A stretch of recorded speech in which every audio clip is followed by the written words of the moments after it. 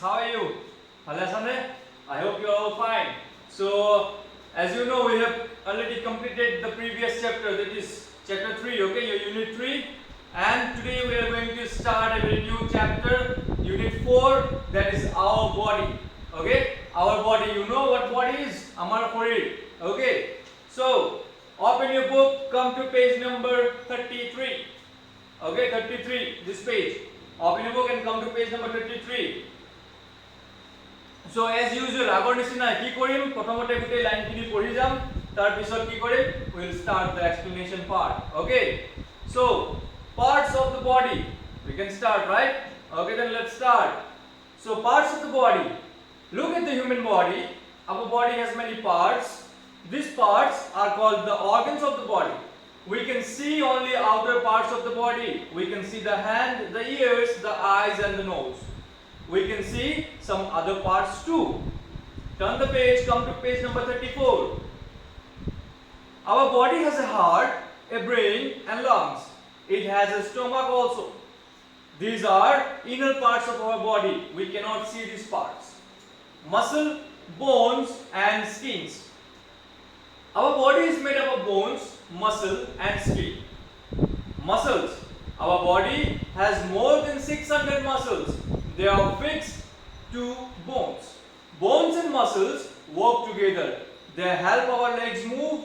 They help our hand lift things.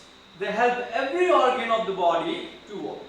The muscles stretch and draw back like rubber. Bones. Our body has 206 bones. Bones are hard and strong.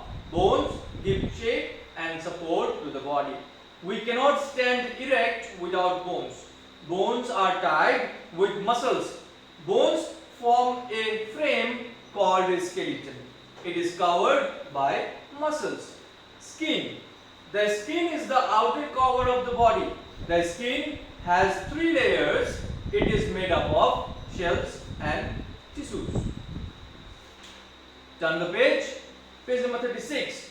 Most of the skin is covered with hair. This hair protects the skin. Okay, so come to page number 33. Now let us start the explanation part. এতিয়া আমি explanation আৰম্ভ কৰিম. Okay, so parts of the body মানে শৰীৰৰ অংগ আমাৰ শৰীৰত কি কি বস্তু আছে. So look at the human body. Let us see at our body. Okay, our body has many parts. Our body has hand, okay, eyes, nose, mouth, ears, hairs. আমাৰ শৰীৰত বহুত অংগ আছে, হয়নে? It has many parts. These parts are called organs of the body. এই আমাৰ শৰীৰৰ গোটেইখিনি parts of কি বুলি কোৱা হয়? Organ বুলি কোৱা হয়. Organs. They are called organs. Okay? We can see only outer parts of the body. আৰু আমি কোনটো parts বোৰ দেখি পাওঁ আমাৰ body? অকল outer parts. Outer parts মানে বাহিৰত থকা parts বোৰ, যিবোৰ parts আমাৰ বাহিৰত আছে, হয়নে? যেনে আমাৰ hand. We can see our hand. We can see our ears, the eyes and the nose. আমি কি কি দেখি পাওঁ? আমাৰ হাত দেখি পাওঁ, আমাৰ ear দেখি পাওঁ, আমাৰ eyes দেখি পাওঁ আৰু আমাৰ nose দেখি পাওঁ, হয়নে? লগতে আৰু বহুত part দেখি পাওঁ, আমি দাঁত দেখি পাওঁ, মুখ দেখি পাওঁ, we can see the neck, আমি ডিঙি দেখি পাওঁ, ন? আৰু ভৰি দেখি পাওঁ, হয়নে? There are many parts which you can see. So we can see some other parts too. Our body has a heart. Turn the page, come to page number 34. Okay, page number 34 of your book. Our body has a heart, a brain and lungs. So our body কি কি আছে? Heart. Heart ক'ত থাকে? দেখিছা কেতিয়াবা? So our body has a heart and a brain. মই কৈছো ন, heart ক'ত থাকে? Heart is present over here. It is slightly present to the left. Okay? It is a brain. Brain ক'ত থাকে? Yeah, লাফুলাৰ ভিতৰত. হয়নে? We have a brain and we also have lungs. Lungs মানে হাওঁফাওঁ. এতিয়া হাৰ্টৰ কাম কি? হাৰ্টে কি কৰে বুলি যদি আমি কওঁ, then the heart pumps the blood. হাৰ্টে পাম্প কৰে blood. হাৰ্টে হেল্প কৰে আমাৰ ব্লাডক গোটেই বডিত ফ্লো কৰিবলৈ. It also has a brain. ব্ৰেইনৰ কাম কি? ব্ৰেইনে কন্ট্ৰোল কৰে যে কোনটো কাম কোনে কৰিব. And the lungs controls the air. বতাহ ভিতৰত আমি যে উশাহ লওঁ, উশাহ এৰো, এইটো কাৰ সহায়ত কৰিব পাৰো? It is with the help of the lungs. It has a stomach also.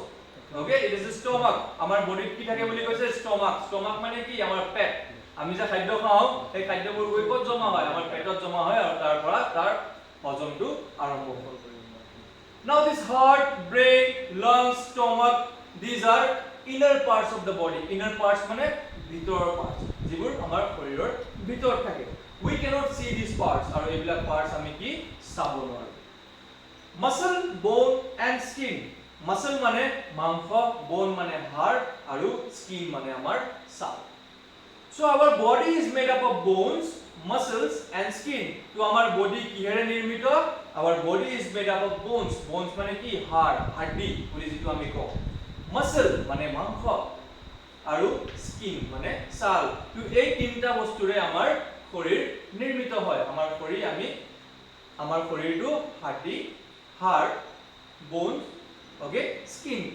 ছাল and muscle মাংস এই তিনটা বস্তুৰে নিৰ্মিত so muscle our body has more than 600 muscle আমাৰ শৰীৰত কেইটা মাংস আছে 600 মাংসৰ পেশী আছে হয়নে মাংস পেশী বুলি কওঁ আমি so our body has more than 600 muscle মানে 600টাতকৈ বেছি মাংস পেশী আছে আমাৰ শৰীৰত they are fixed to bones আৰু সেই মাংস পেশীবোৰ ক'ত লাগি থাকে সেই পেশীবোৰ হাড়িত লাগি থাকে হাড়ত লাগি থাকে bones and muscle work together if you see in the picture given in page number 35 you can clearly identify এই ৰঙা যেবোৰ দেখি পাইছো না আমি হেতু মাংস হয় আৰু ভিতৰৰ বগাটো কি হয় হেতু আমাৰ হাড় হয় তোমালোকে দেখিব পাইছা ন যে আমাৰ মাংস আৰু আমাৰ হাড় একেলগে লাগি আছে so bones and muscle work together এই দুটা একেলগে কাৰ্য কৰে একেলগে কাম কৰে they help our legs move আৰু আমি যে খুজকাৰিব পাৰো বা আমাৰ হাতেদি যে আমি বস্তু দাঙিব পাৰো ন আমাৰ হাতবোৰ যে লৰাব পাৰো আমি ডান্স কৰিব পাৰো হয়নে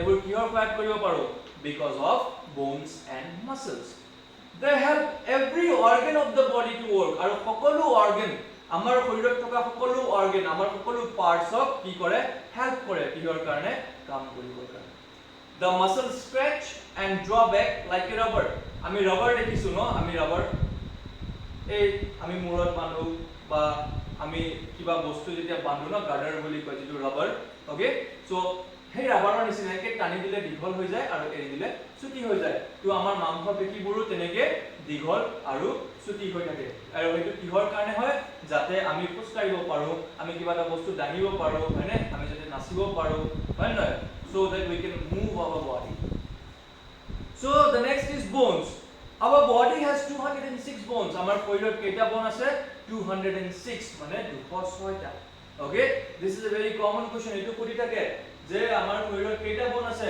206 তোমালোকৰ নাথাকিবও পাৰে okay whenever you will become an adult যেতিয়া তোমালোকে ডাঙৰ হৈ যাবা তাৰ পিছত কিন্তু তোমালোকৰ শৰীৰত কেইটা বন থাকিব 206 আমি যেতিয়া সৰু থাকো 206 তকৈ বেছি bones থাকে আমাৰ শৰীৰত okay তাৰ পিছত কি হয় যেতিয়া আমি লাহে লাহে ডাঙৰ হৈ থাকো এই বন কিটা এটাৰ লগত এটা লাগি যায় আৰু the last number কিমান আহি পায় 206 okay এজন ডাঙৰ মানুহ এতিয়া মোৰ শৰীৰত কেইটা bones থাকিব 206 so bones are very hard and strong আমি দেখিছো ন হাড়িবোৰ আমি বেলেগ জন্তুৰ যেতিয়া bones দেখি পাওঁ আমি দেখি পাওঁ যে সেইবোৰ কি থাকে বহুত হাৰ্ড থাকে আৰু বহুত ষ্ট্ৰং থাকে শক্তিশালী থাকে আৰু বহুত টান থাকে bones give shape and support to the body আৰু আমাৰ বডিৰ যিটো shape আছে ন সেইটো কাৰ সহায়ত হয় that is with the help of bones we cannot stand erect without our bones যদি আমাৰ শৰীৰত যদি অকল মাংস পেশী থাকিলে হয় আমি এতিয়া যিদৰে থিয় হৈ থাকো তেনেকৈ থিয় হ'ব পাৰিলো হয় জানো নোৱাৰিলো হয় আমি ভাজ হৈ থাকিলো হয়নে we should have been folded কিন্তু আমাৰ শৰীৰত হাড়ি আছে কাৰণে আমি কি হ'ব পাৰো আমি এনেকে থিয় হৈ থাকিব পাৰো we can stand erect bones are tied with muscle তো আমি আগতে কলো যে bones কাৰ লগত লগ লাগি থাকে muscle লগত you can see from this picture okay bones form a frame আৰু আমাৰ শৰীৰৰ গোটেই কিটা bone মিলি কি বনায় এটা frame বনায় frame মানে কি জানা ন আমি ফটো কিহত নও ফটো এনেকে থওঁ যে ইয়াক কি বুলি কয় frame মানে এটা বাউন্ডারি টাইপৰ বস্তু এটা বনায় okay so the bones also make a frame in our body এনেকুৱা কৰি এটা frame বনায়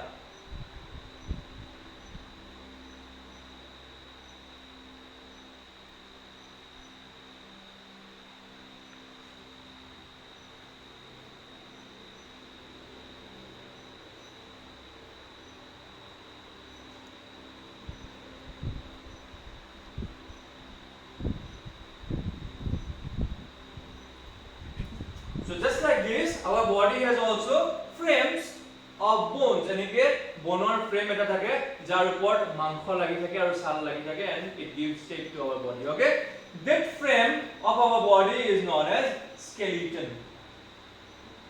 Okay, a frame of কি বুলি কোৱা হয়, skeleton বুলি কোৱা হয়. It is covered by muscles আৰু এটো কিৰে ঢাক খাই থাকে, মাংসৰে ঢাক খাই থাকে.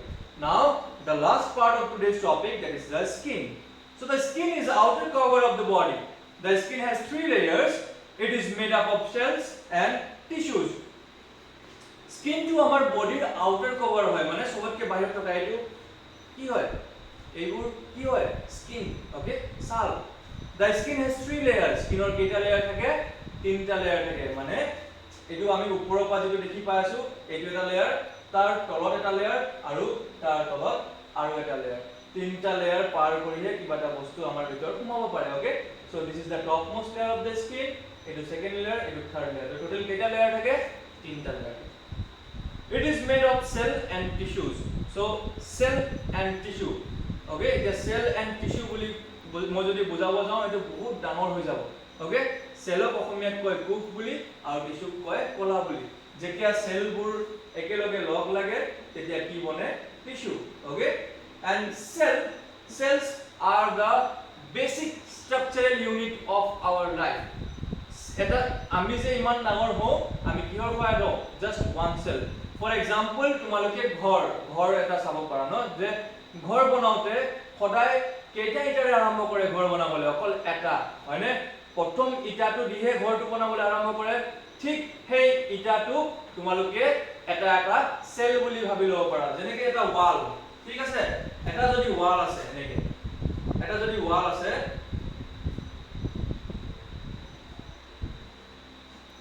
এই ওয়ালত ইটা থাকে নহয়, এনেকৈ ইটা থাকে, যে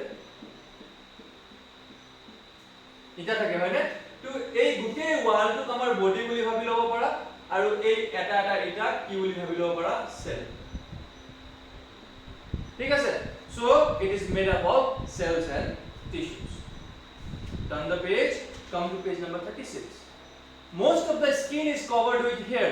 আৰু আমি দেখিব পাও ন যে আমাৰ স্কিনৰ ওপৰত কি থাকে, সৰু সৰু চুলি থাকে হয়নে, যাক আমি নুম বুলি কওঁ. এই স্কিন, এই হেয়াৰ বিলাকৰ কাম কি, এই চুলি বিলাকৰ কাম কি, it protects the skin. সিহঁতে কি কৰে, আমাৰ স্কিনক সুৰক্ষা প্ৰদান কৰে. তো বুজি পালোনে আজি আমি কি কি কৰিলো? Have you understood the topics of today? বুজি পালানে? মই আশা কৰো তোমালোকে গোটেইখিনি বুজি পালা. Okay, so যদি কিবা বুজি পোৱা নাই, then kindly ask me. Okay, don't hesitate, last কৰিব নালাগে, মোক এবাৰ সুধি লবা. আৰু যদি বুজি পোৱা নাই তথাপিও মোক কৈ দিবা যে স্যাৰ বুজি পোৱা নাই বুলি. So that is all for today's class. In the next class we'll study about the sense organs. Okay, so that is all. Thank you so much. Stay safe, stay healthy.